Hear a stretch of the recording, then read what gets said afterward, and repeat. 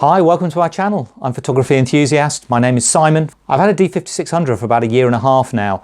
And recently, well, I guess about a year or so ago, I got a Tamron 18-400, which has been my go-to lens. But through the autumn, for various reasons, I decided I wanted to upgrade, and I mulled over, should it be the Z50 or the Z6? Clearly it was the Z6 first of all, because that was the only one that was out. And the Z50 was released, I think it was late October, early November. I mulled it over, I tried both cameras, I saw what I liked, and in the end I plumped for the Z50, and in a later video I'll explain why I did that.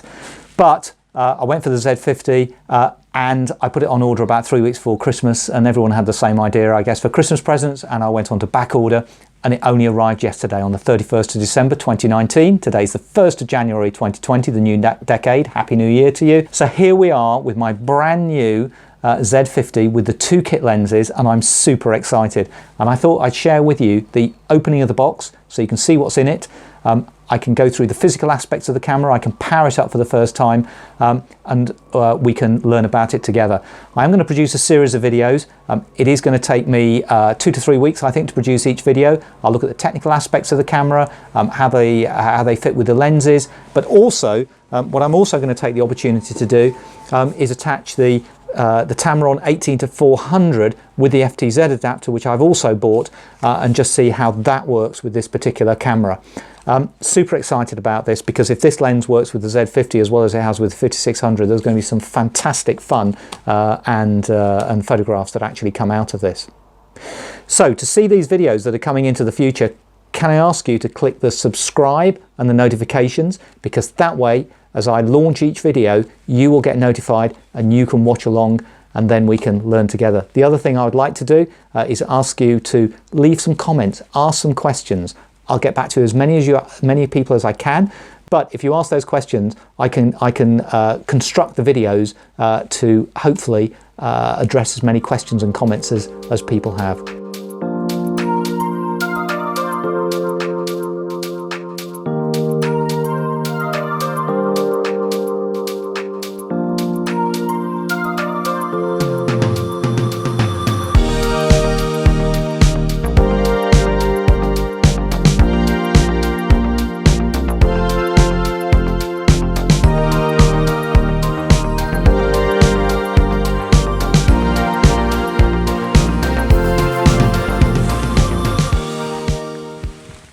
Okay, here's the camera straight out the box. I haven't powered it up or anything yet. It's still even got the factory screen protector on, which we'll leave there for a minute. The camera, like most cameras, comes with a standard tripod mount. The battery door is here. Also the card slot goes in there.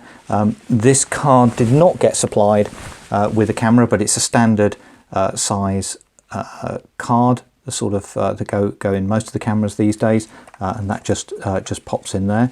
Typically I actually use the micro cards with the adapter, but this just happens to be a full-sized one, and of course the battery goes in there.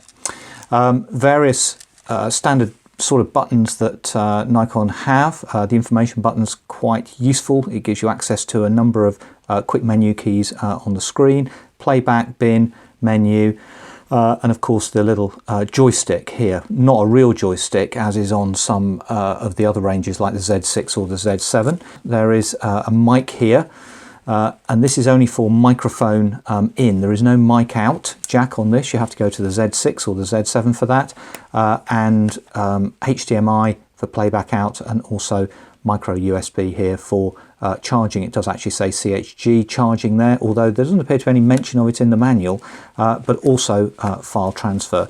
And of course the Z50 is fitted with Wi-Fi and Bluetooth downloads and control the camera via SnapBridge. Now I've used SnapBridge really quite successfully, so I've also got a Nikon 50-600 which I've upgraded from. And I've used SnapBridge really successfully to download photos, to control the camera, but lots of people will tell you it's a bit of a tricky thing to get configured and working, but it seems to work okay for me. So there is the camera in all its glory. Now, one of the things that I really wanted from an upgraded camera was a touchscreen, and that's partly why I did consider Sony and one or two others, but didn't go for them. Clearly Canon was a good choice. I've got some Nikon lenses.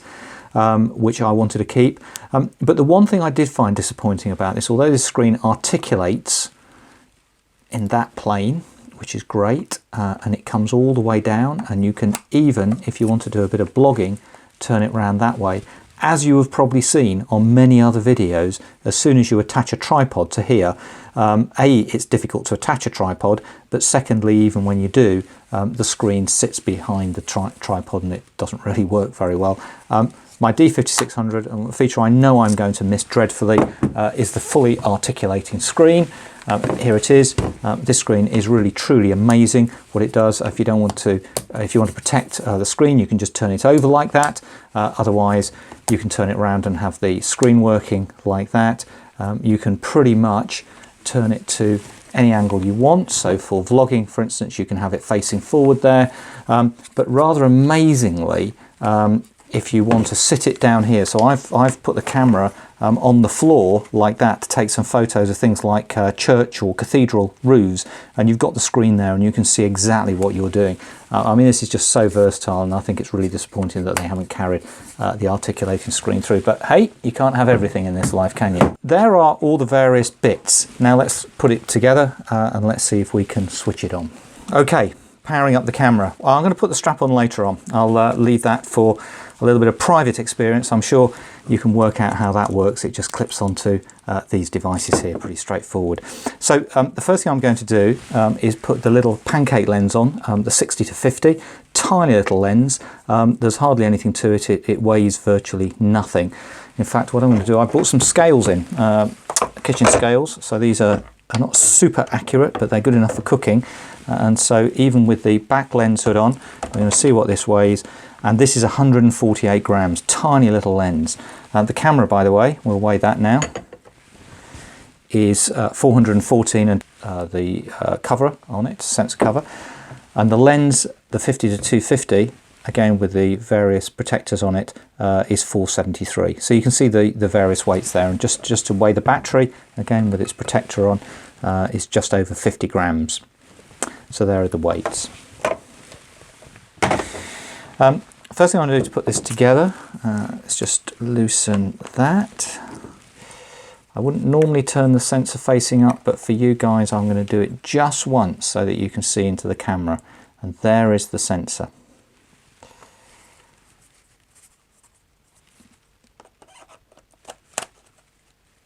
And there we go. That's the first click on with this lens. And there we have it. So, some of you may have seen this on other videos, but that's its resting position, and that's a locked position. And to open it to the first setting there, you heard the click there, and this is the range in which you can take photographs, 16-50, and you can see that the lens barrel moves in and out, and it packs itself away again when it's not being used. So we've got this currently set on auto. Again, a feature I like, but some people don't. There is no button in the sensor here. You can turn this to your heart's desire. There are the standard settings here with effects, scenery, manual, aperture, shutter. We've got the standard auto mode there, and we've got a couple of user set-upable features there, which we'll explore later on. Depending on whether you want camera or whether you want to take movie. I haven't tried this yet, so I guess there's one or two of these bits I'm getting wrong. And let's put the battery in and see if we can fire it up. So we'll put the memory card in.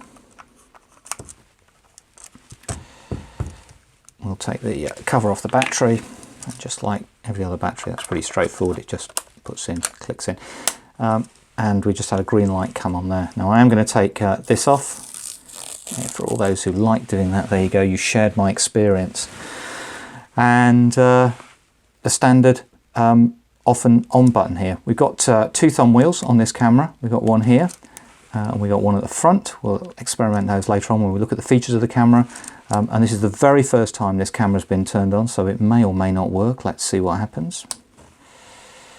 My goodness, look at that, English. We are indeed in London. We'll have day, month, year because we're in the UK. Daylight saving time is off, I think. 1920, first month, first year. Yeah. Interestingly, I often synchronize this through SnapBridge. So before taking photos, rotate the zoom ring to extend the lens, which we will do just like I showed you earlier on. So I'll just put it into any setting there. We'll take off the lens hood. There we go. This is the first time this camera has focused on anything in its life. And I'm going to take a photograph.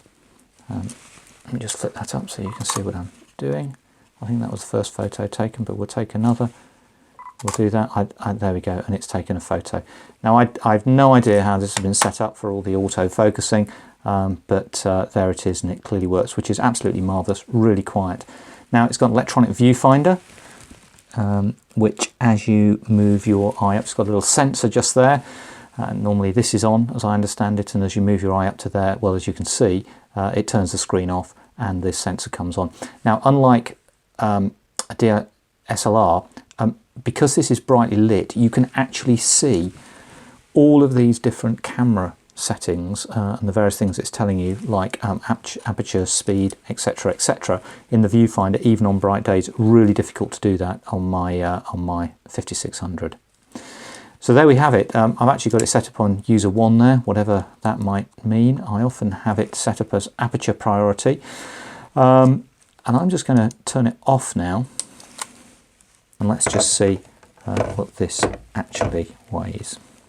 So the whole lot together on the table is 591 grams. So that's what you're carrying around with you, a really lightweight, tiny camera. Now, some of the other things that people have complained about is this grip. So I'm actually 5'11". I'm sort of an average build bloke, I think. And you can see my hands, how big they are. And I'm going to grab this camera how I'd normally grab it. And you can just see my little finger is just on the edge.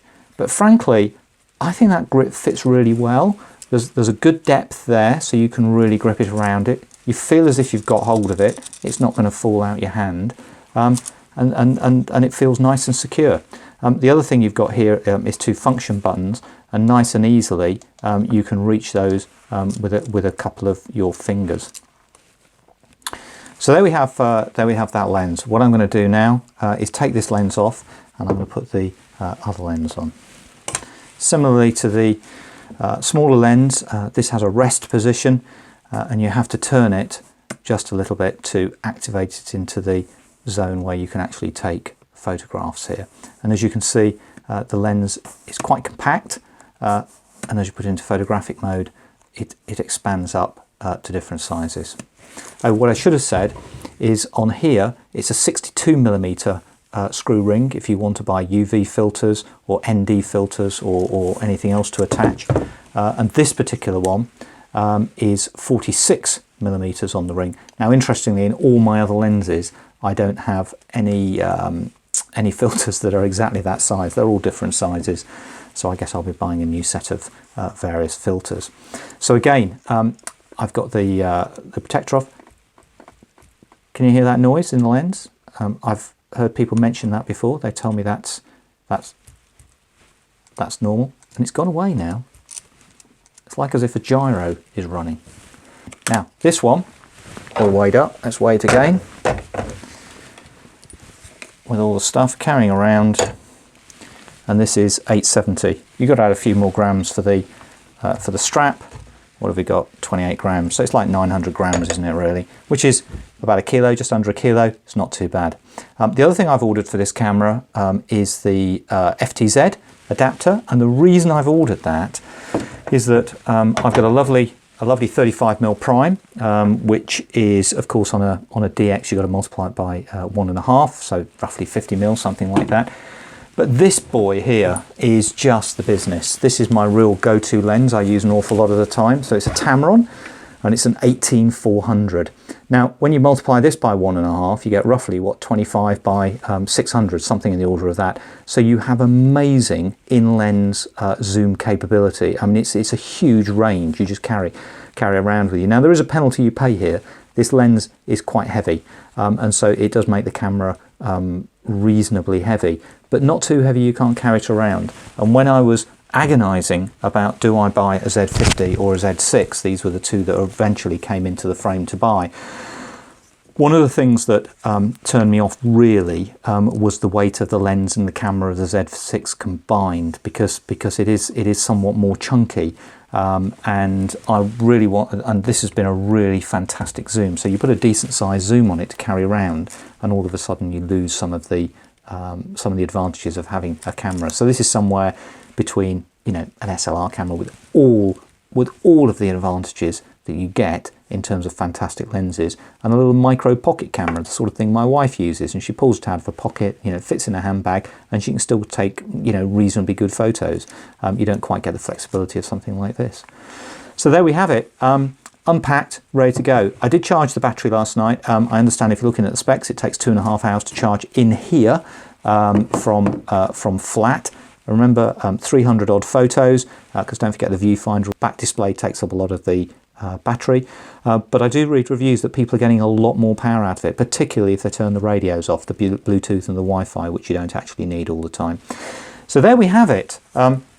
Impressed so far. It feels really good, and we'll do some more videos when I show you how to set this up, or indeed how to use it with some of the functions.